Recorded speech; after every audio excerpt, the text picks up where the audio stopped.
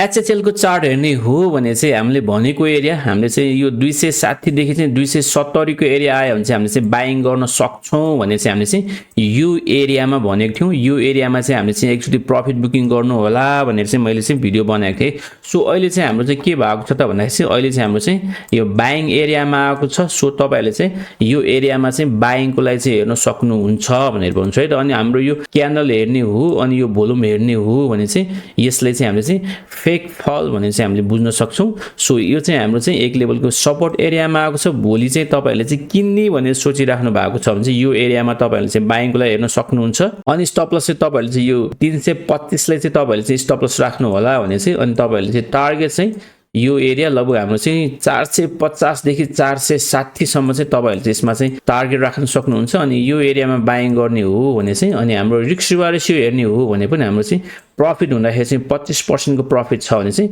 हामीले लस हुँदाखेरि चाहिँ लगभग 10% को लस हुन्छ रिस्क रिवार्ड रेशियो हेर्ने हो भने चाहिँ 1:2 भन्दा पनि धेरै छ है सो तपाईहरुसँग छ भने चाहिँ होल्ड गर्नु होला किन्ने सोचिराख्नु भएको छ भने चाहिँ बाइङको लागि चाहिँ हेर्न सक्नुहुन्छ